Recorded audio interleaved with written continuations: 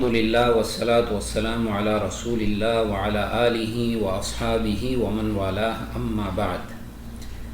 آج کا جو درس ہے درس نمبر 16 فرائض کے درس میں، میراث المطلقہ، وہ خاتون جو جن کو طلاق ہو چکی ہے، ان کو میراث ملے گی نہیں ملے گی، کن حالات میں ملے گی، محل اتفاق کیا ہے، علماء کے درمیان وہ مسائل کون سے ہیں جن پر ان کا اتفاق ہے کہ یہ صورت ہوگی تو اس عورت کو میراث ملے گی، یہ صورت نہیں ہوگی تو اس عورت کو میراث نہیں ملے گی، ان کا ذکر اس درس میں ہوگا۔ مطلقہ عورت کا وراثت میں حصہ، لہا ثلاثۃ احوال، فرمایا کہ جو عورت طلاق یافتہ ہو، جس کو طلاق ہو چکی ہو، مطلقہ ہو، اس کے 3 حالتیں اس کی ہوں گی۔ بھائی یہ 3 حالتیں کون کون سی ہیں؟ فرمایا کہ پہلی حالت تو یہ ہے کہ وہ رجعیہ ہو۔ رجعیہ کس کو کہتے ہیں بھائی؟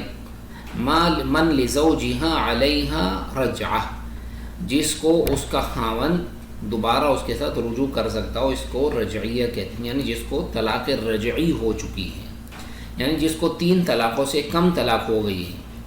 ایک ہو گئی ہے، ابھی وہ عدت میں ہی ہے تو خاوند دوبارہ اس سے رجوع کر سکتا ہے، یا دوسری طلاق ہو گئی ہے، ابھی عدت میں ہی ہے تو خاوند دوبارہ اس سے فری میں رجوع کر سکتا ہے۔ ہاں اگر عدت سے نکل گئی تو الگ مسئلہ ہے، عدت سے نکل گئی تو پھر بالکل ایسے نکاح ہوگا جیسے ایک پرائی عورت سے ہوتا ہے، ولی سب اس کا شرط ہوگا، ولی کا راضی ہونا، اس کا راضی ہونا، لیکن جب تک یہ عدت میں ہے تو خاوند فری میں اس سے رجوع کر سکتا ہے، نہ حق مہر دینا پڑے گا نہ ہی اس کی رضا کی ضرورت ہے۔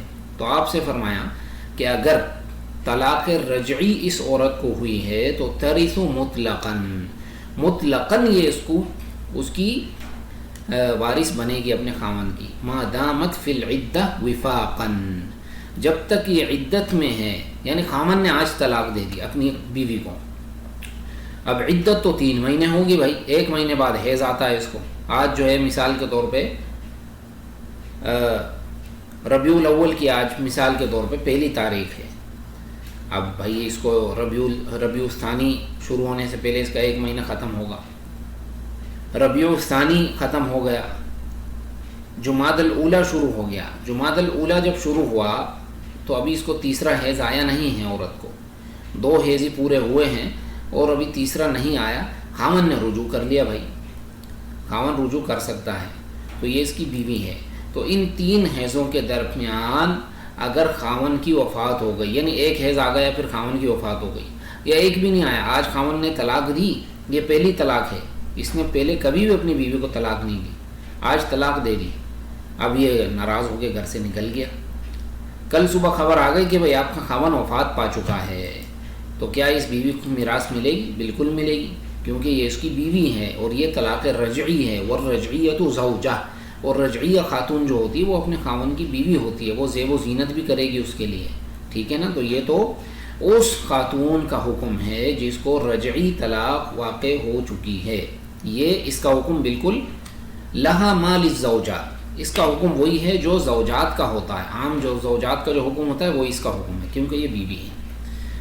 اب دوسری خاتون دیکھو، دوسری طلاق آپ سے فرمایا کہ البائن، بائن وہ جو اپنے خاوند سے الگ ہو گئی ہے، کیسے الگ ہو گئی؟ المطلقہ البائن، بائن جو ہے یا تو بینونہ صغرا ہوگا یا بینونہ کبرا، بینونہ صغرا، بائن کہتے ہیں الگ ہونے کو، الگ ہونا یا چھوٹی طلاق سے ہوگا یا بڑی طلاق سے۔ چھوٹی طلاق وہ ہوتی ہے مثال کے طور پر اس نے 1 طلاق دے دی، عورت نکاح سے عدت سے نکل گئی، عدت پوری ہو گئی اس کی، تو یہ بائن ہو گئی، یہ عورت کیا ہو گئی؟ بائن ہو گئی، اور یہ بینونہ صغرا ہے۔ یا اس نے پھر دوسری طلاق دے دی، 2 طلاقیں دے دی، اور عورت جو ہے وہ عدت اس کی پوری ہو گئی، تو یہ بھی بینونہ صغرا ہے، کیونکہ یہ اس سے دوبارہ نکاح کر سکتا ہے۔ لیکن اگر اس نے تیسری طلاق دے دی اور عورت اپنی عدت سے نکل گئی تو یہ بینونہ کبرا ہے، اب یہ دوبارہ اس سے نکاح نہیں کر سکتا، حتی تنکح زوجا غیرہ، یہاں تک کہ دوسرے خاوند سے یہ نکاح رغبت کرے، نکاح تحلیل نہیں۔ تو اس کے بارے میں فرمایا کہ جو بائن ہو جاتی ہے جو عورت اپنے خاوند سے، مطلقہ بائنہ، فرمایا کہ حال الصحتی لا ترث اجماعا، یعنی ایک خاوند نے، مریض بھی نہیں ہے خاوند، بالکل صحت مند ہے، اس کی اور اس کی بیوی کی نہیں بن رہی، اس نے طلاق دے دی، طلاق دے دی، بیوی عدت سے نکل گئی، عدت سے نکل گئی، اب خاوند وفات پا گیا، خاوند وفات پا گئے تو بیوی کو 1 روپیہ بھی نہیں ملے گا میراث میں سے. کیوں؟ کیونکہ یہ تو بائن ہے، چاہے بینونہ صغرا ہو یا بینونہ کبرا ہو، میراث میں برابر ہیں. بائن ہے تو نہیں ملے گا کچھ بھی اس کو. وَكَذَا الْبَائِنُ، اب دوسرا مسئلہ سنیں. وَكَذَا الْبَائِنُ فِي مَرَضِ الْمَوْتِ وَهُوَ غَيْرُ مُتَّهَمٍ بِقَصْدِ حِرْمَانِهَا مِنَ الْمِيرَاثِ فَلَا تَرِثُ إِجْمَاعًا. اور اسی طرح وہ بائن خاتون، بینونہ صغرا ہو یا بینونہ کبرا ہو، مرض الموت، خاوند جو ہے موت کے بستر پر لیٹا ہوا ہے، موت آنے والی ہے، آ جائے گی، گھنٹے میں آ جائے گی، عصر تک آ جائے گی، مغرب تک آ جائے گی، پتہ نہیں ہے. اس نے کیا کیا، بھائی یہ لیٹا ہوا ہے ابھی، اور اس نے اپنی بیگم کو طلاق دے دی، جاؤ میں تمہیں طلاق دے رہا ہوں. اور یہ ہے تیسری طلاق، طلاق اس نے دے دی، تو یہاں پر جو ہے اس سے بائن ہو گئی ہے، جو ہے یہ بائن ہو گئی اس سے. تو یہاں پر جب تیسری طلاق اس نے دی، وَهُوَ غَيْرُ مُتَّهَمٍ بِقَصْدِ حِرْمَانِهَا مِنَ الْمِيرَاثِ، اور خاوند جو ہے وہ متہم نہیں ہے، یعنی وہ ہوتا ہے نا کہ یار یہ اس نے اس لیے طلاق دی ہے کہ یہ اس کی میراث نہ لے کے جائے، یہ تہمت کوئی اس پہ نہیں لگا رہا، بول رہے ہیں بھائی اس نے اپنی مرضی سے دی ہے، اور بیوی بھی کہہ رہے کہ ہاں بیوی نے خود ہی مانگ لی تھی، مثال کے طور پر اس نے کہا مجھے طلاق دے دو، اس نے دے دی، تو ایسی بیوی کو میراث نہیں ملے گی. کیوں؟ کیونکہ اس نے اپنی مرضی سے دی ہے اور اس نے بھی بخوشی قبول کر لی ہے. وہ غیر متہم، وہ متہم نہیں ہے خاوند. اگر وہ متہم ہو، کیسے متہم ہو، یعنی کسی نے یہ کہہ دیا کہ بھائی یہ اس نے اس لیے طلاق دی ہے کہ یہ بیوی کو اپنی میراث سے محروم کرنا چاہتا ہے، اس لیے طلاق دی ہے، یہ تہمت اگر خاوند پر لگ گئی اور وہاں پر آپ کو قرائن نظر آ رہے تھے، غالب گمان آپ کا یہ تھا کہ یار یہ اس نے طلاق اس لیے دی ہے کہ یہ اس بیچاری کو میراث سے محروم کرنا چاہ رہا ہے، ساری عمر خدمت کروا لی، اب جو ہے یہ موت کے بستر پر ہے، یہ چاہتا ہے کہ یہ میرا مال تو بہت زیادہ ہے، میرا مال میری اولاد لے جائے گی یا فلانی بیوی لے جائے گی، اس والی کو طلاق دے دیتا ہوں. تو یہ متہم ہوگا تو اس کا حکم آگے آ رہا ہے، لیکن اگر متہم نہیں ہے اور اس نے طلاق دے دی تو یہ طلاق واقع ہو گئی، اور یہاں پر جو ہے اس کو میراث نہیں ملے گی. اگر یہ بینونہ کبرا ہے تو یہ جو ہے اس کا طریقہ ہے، لیکن اگر یہ بینونہ صغرا ہوگا تو یہ اپنی عدت گزارے گی، اور جب تک یہ اپنی عدت میں ہوگی تو لہا مال الزوجات، اس کا حکم وہی ہے جو زوجات کا حکم ہے، میراث بھی لے کے جائے گی، سب کچھ لے کے جائے گی. یہ میں نے یہاں آپ کو بتا دیا کہ مطلقہ بائن بینونہ صغرا ہو یا کبرا ہو، جب تک وہ اپنی عدت کے اندر ہے وہ میراث لے کے جائے گی، لیکن عدت سے نکل گئی اور پھر خاوند کی وفات ہو گئی تو اس کو پھر کچھ نہیں ملے گا. تیسری حالت، تیسرا مسئلہ دیکھیں، البائن فی مرض الموت، یعنی ایک خاوند نے مرض موت میں، مرض موت سے مراد فقہا کی وہ ہے کہ ہر وہ بیماری جس میں مرنے کا خدشہ ہو، بھائی دل کا بیمار ہے اور سخت بیمار ہے، اور ایسا ہے کہ ہارٹ اٹیک پہلے بھی 2-3 بار آ چکا ہے، ڈاکٹر کہہ رہے ہیں اس کو کبھی بھی آ سکتا ہے، 2 دن میں آ جائے، کبھی بھی آ جائے، دل کمزور ہے اس کا، وفات ہو جائے گی اس کی، یا اس کو جو ہے بلڈ کینسر ہے، بلڈ کینسر ہے، خطرناک کینسر ہے، غالب گمان یہ ہوتا ہے کہ اس سے بندہ ٹھیک نہیں ہوگا. ہاں علاج چلے گا 3-4 مہینے، 6 مہینے، 7 مہینے، پھر اس کی وفات ہو جائے گی. اور جو کہ وہ کسی کو لگ جاتا ہے تو پھر وہ ویسے معاملات بھی اس کے نہیں رہتے، اللہ سب کو بچائے. تو یہ مرض الموت ہے.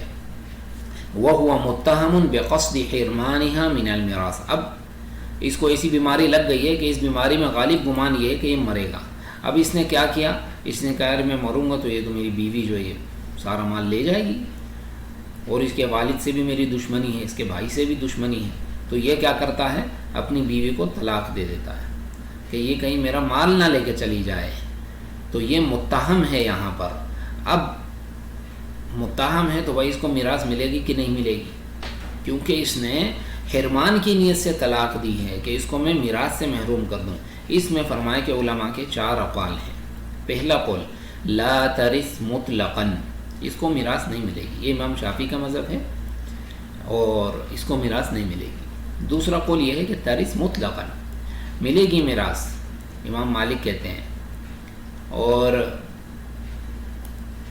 یہ امام مالک کا قول ہے. اور تیسرا قول یہ ہے کہ ترث فی العدہ وبعدها لا ترث.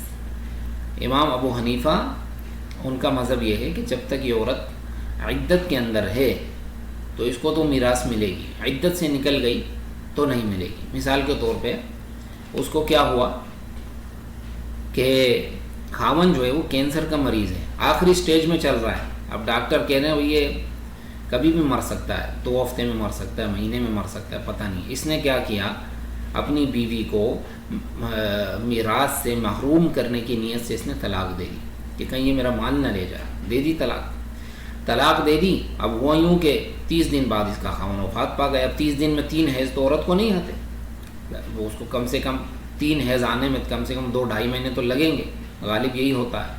یعنی بہرحال اس نے طلاق دی اور مہینے میں خاوند فوت ہو گیا. عورت کو ابھی ایک ہی حیض آیا یا 2 آئے ہیں تو یہ ابھی عدت میں ہے. تو امام ابو حنیفہ کے نزدیک اس کو میراث ملے گی کیونکہ یہ عدت میں ہے. کہتے ہیں کہ حنفی مذہب کے تحت یہ مطلقہ تب وارث بنے گی جب اس کا شوہر دوران عدت وفات پا جائے. اگر عدت پوری ہونے کے بعد شوہر فوت ہو جائے تو یہ مطلقہ وراثت سے محروم ہو جائے گی. تو ان کا قول بھی امام شافعی کے قول کے جیسا ہے، وراث اس کو نہیں ملے گی، الا یہ کہ خاوند جو ہے وہ عدت کے اندر وفات پا جائے تو ملے گی اس کو. چوتھا قول دیکھیں، ترث فی العدہ وبعدها كذلك ما لم تتزوج بآخر او ترتد. امام احمد کا مذہب یہ ہے کہ عدت میں بھی میراث ملے گی، عدت کے بعد بھی ملے گی، یہاں تک کہ دوسرے خاوند سے شادی کر لے، مرتد ہو جائے تو نہیں ملے گی. یعنی کیونکہ دوسرے خاوند سے شادی کر لی تو وہ یہ کہتے ہیں کہ بھائی ایک ہی عورت 2 خاوندوں سے میراث نہیں لے کے جائے گی، یہ ان کا مسئلہ ہے. اور مرتد ہو گئی تو مرتد کو تو ویسے ہی نہیں ملے گی. تو ان کا یہ جو ہے وہ قول ہے حنبلی مذہب کے مطابق. اب دیکھیں اس میں راجح قول کیا ہے. اس میں جو ہے سب سے بہترین قول جو ہے امام مالک کا ہے، مذہب مالک کا، مالکی مذہب والوں کا. بھائی کیوں؟ کیونکہ اس بیچاری کو اس نے میراث سے محروم کیا ہے اور اس کو جو ہے یعامل بنقیض قصدہ، اس کی نیت کے الٹ اس کے ساتھ معاملہ کیا جائے گا. اور اس طرح کی شریعت میں بہت ساری مثالیں ہیں. میراث تو اس کو ملے گی، بھلے یہ دوسرے خاوند سے ہی کیوں نہ شادی کر لے، میراث اس کو ملے گی. کیوں؟ کیونکہ اس نے میراث کی جو ہے اس بیچاری کو میراث سے محروم کرنے کی نیت سے طلاق دی ہے، تو میراث اس کو مطلقاً ملے گی. بھلے یہ عورت کسی سے شادی کر لے، الا یہ کہ مرتد ہو جائے، مرتد کا تو پھر الگ مسئلہ ہے، لیکن کسی سے شادی کر لے اور یا جو ہے وہ بھلے شادی نہ کرے، لیکن خاوند نے جب پتہ ہمیں چل گیا کہ بھئی اس نے اس نیت سے طلاق دی ہے کہ اس بیچاری کو میراث سے محروم کر دے، تو ایسی عورت کو میراث ملے گی. راجح قول جو یہی ہے. اور یہ میں نے یہاں بھی لکھا ہوا ہے کہ بھئی یہ راجح قول ہے، کیونکہ کبھی کبھی ایسا ہوتا ہے کہ طلاق کا کیس جو ہوتا ہے وہ کورٹ میں چلتا رہتا ہے، اس میں 4-5 مہینے لگ جاتے ہیں. اب یہ بیچاری عدت سے تو نکل گئی، حنفی مذہب میں اس کو نہیں ملے گی میراث. اس بیچاری کا کیا گناہ؟ وہ قاضی صاحب نے کیس لیٹ کر دیا تو وہ اس کو ملے گا، میراث اس کو ملے گی تاکہ یہ اس کو نقصان نہ ہو. تو یہ جو ہے بڑا جو ہے وہ اہم مسئلہ ہے میراث کے باب میں. اور اس مسئلے کو اس طرح محل اتفاق اور محل خلاف کے ساتھ آپ اکثر کتابوں میں نہیں پائیں گے، الا یہ شیخ الفوزان جو ہے انہوں نے ذکر کیا ہے کہ بھائی مطلقہ کو کب میراث ملے گی، علماء کے اتفاق کے ساتھ آپ کہو گے جب وہ رجعی ہوگی اور عدت کے اندر ہوگی تو علماء کا اتفاق ہے اس کو میراث جو ہے وہ ملے گی۔